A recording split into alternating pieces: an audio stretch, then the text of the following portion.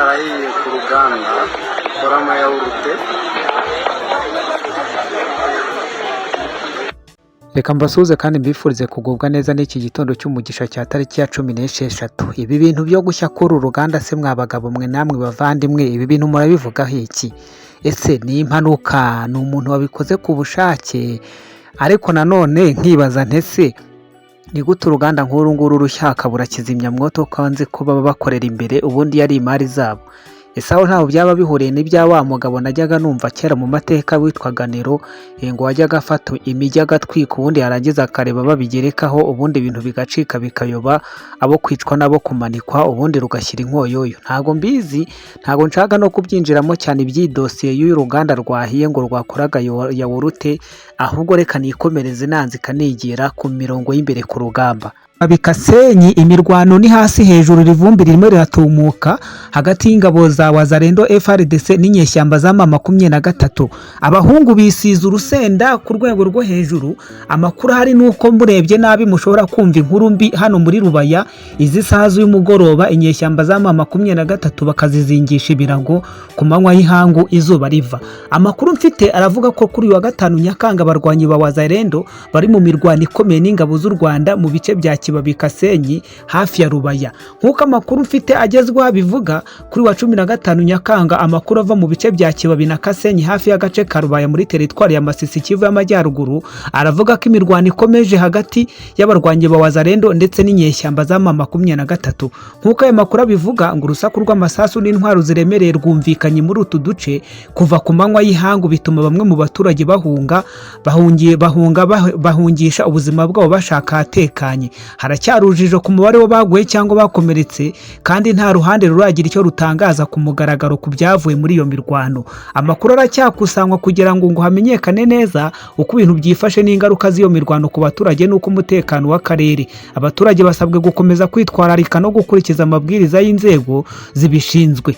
Reka nkubwire yuko Rubaya muri agisi ya Rubaya Kibabi ntabwo ari ku ntera ya kure cyane, kuko intera iri hagati y'utu duce hagati ya Rubaya na Kibabi ni intera y'ibirometero 8 kugeza ku birometero 12 bitewe n'inzira wakoresheje. Urumva ibirometero 12 ntabwo ari ahantu kure wakoresheje inzira y'amaguru isanzwe. Nyamara uciye mu nzira y'ikirere ari nk'indege inyarutse, ari nka padiri wera ugiye kubasura cyangwa karidinari userukiyeyo, cyangwa tugatumayo musenyeri aka bishop, nibura yaba ari bukoresha ibirometero 5 gusa. Ibyo ngibyo ni nk'umurabyo, murabyumva namwe.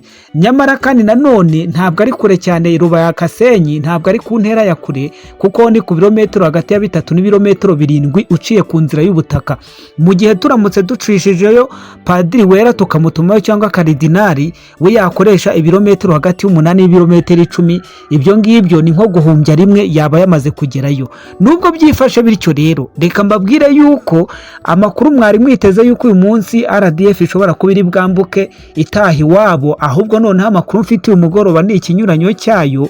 Amakuru mfite hano aragaragaza neza yuko hari abasirikare ngo ba RDF bari kwambuka kuri Grande Barriere bava Gisenyi binjira, ahubwo noneho kugira ngo basohoke Kongo barimo barinjira muri aya masaha.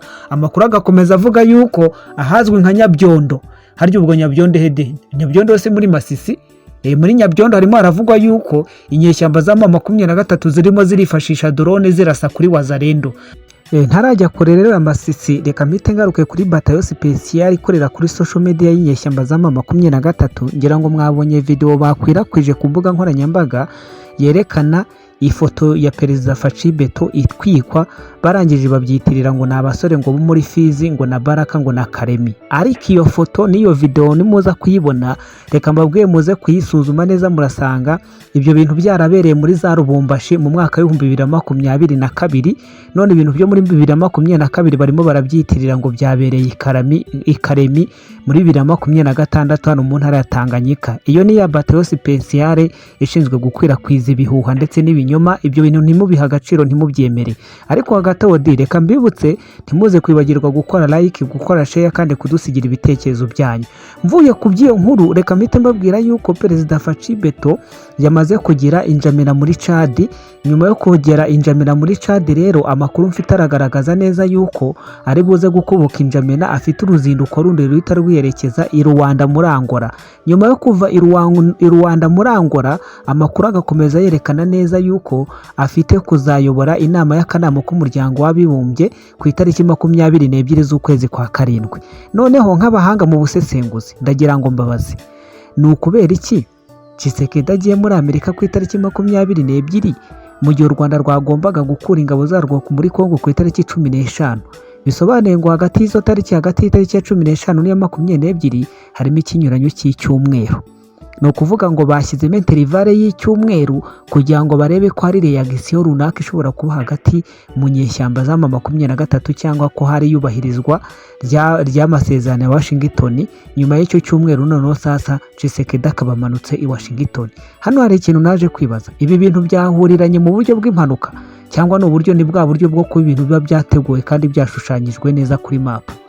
Nk'uko rurangiye ndimo ndabireba mu busesenguzi, ibi bintu byarateguwe bashyiramo iki cyumweru cy'itariki ya 22 kugira ngo babanze baho no mugabo w'i Kigali umwanya w'icyumweru yitekerezo niba ari icyo agomba gukora. Noneho Tshisekedi yimanukire Washington muri White House. Ndahamya neza yuko atazicara mu kanama k'umutekano k'umuryango w'abibumbye ngo narangiza ahaguruke yurire rutemikire agaruke Kinshasa atabanje kuvugana na Donald Trump inyuma y'amarido. Rero nge ku ruhande rwanjye, namwe muraza kumbwira ku ruhande rwanyu uko mubibona, ariko ikiroge ndeba nuko hani Washington nyuma y'inama y'akanama k'umutekano k'umuryango w'abibumbye azayobora, afite byinshi azahatangariza, ariko na nyuma yaho hari icyo azaganira inyuma y'amarido na perezida Donald Trump, ari naho mushobora kuzajya kubona mukabona bahafatiye ibyemezo, bamara kuhafatira ibyemezo bakagira icyo bakora.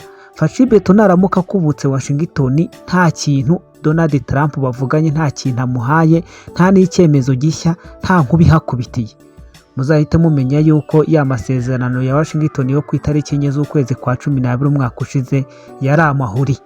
Reka mve no kuyo nkuru kwanza, namwe muraza kumbwira uko mubyumva nuko mubitekereza. Nigarukire hano sasa.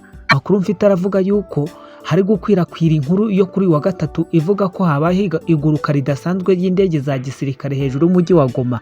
Amakuru avuga yuko izo ndege zari indege zigera muri 5.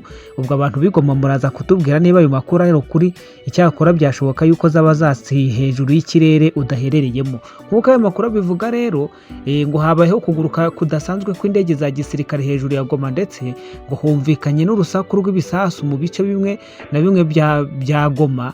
Bamwe ngo abatuye Goma bavuga ko bumvise urusaku rw'ibiturika, ariko inkomoko yabyo ntiyamenyekana neza. Amakuru akomeza avuga ko kugeza ubu nta cyemezo cyigenga kigaragara neza cyangwa kigaragaza ubwoko bw'indege bwabonwe cyangwa igihugu kizifite, niba ari za Kongo, niba ari z'u Rwanda cyangwa se niba ari z'ikindi gihugu.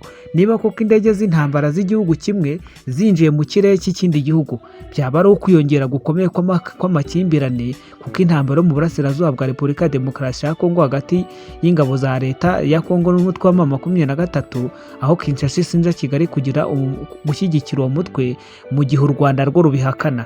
Kugeza ubu rero hari amakuru y'abaturage bavuga ko babonye izo ndege ndetse bakumva n'ibiturika.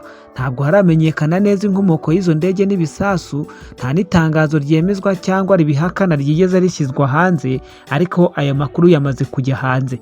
Ubwo ntimuze kumbwira ngo ibyo biturika biraturitswa n'iki cyangwa n'iki. Mvuye kuri iyo nkuru, reka mpite nsoreza kuri iyi ngiyi, aho umugabo witwa Adolphe Muzito Adolphe Muzito yatangaje ko kugeza mu mwaka wa 2035 mu gihe Tshisekedi yaba akiri ku buyobozi azaba yarahinduye Kongo igihugu cya gatatu gikomeye mu bukungu muri Afurika yo munsi y'ubutayu bwa Sahara. Nk'uko Adolphe Muzito wahoze ari umunyapolitiki utavuga rumwe n'ubutegetsi ariko uyu munsi akaba ari minisitiri wungirije w'intebe ushinzwe ingengo y'imari, yashimye ibikorwa by'ubukungu bya Perezida Tshisekedi. Avuga ko ashobora gukomeza kuyobora igihugu nyuma y'iherezo rya manda ye ya kabiri kandi ya nyuma iteganywa n'itegeko nshinga ryo mu Ukuboza 2028. Mu kiganiro yagiranye n'itangazamakuru, uyu mugabo witwa Adolphe Muzito yavuze ko yizeye ko gahunda z'ubutegetsi bwa Tshisekedi zizatuma Kongo igera ku rwego rwo kuba igihugu cya gatatu gikomeye kandi gikize mu bukungu muri Afurika yo munsi y'ubutayu bwa Sahara mu mwaka wa 2035. Ubundi reka tuze gusubira mu kanya nk'ibisanzwe.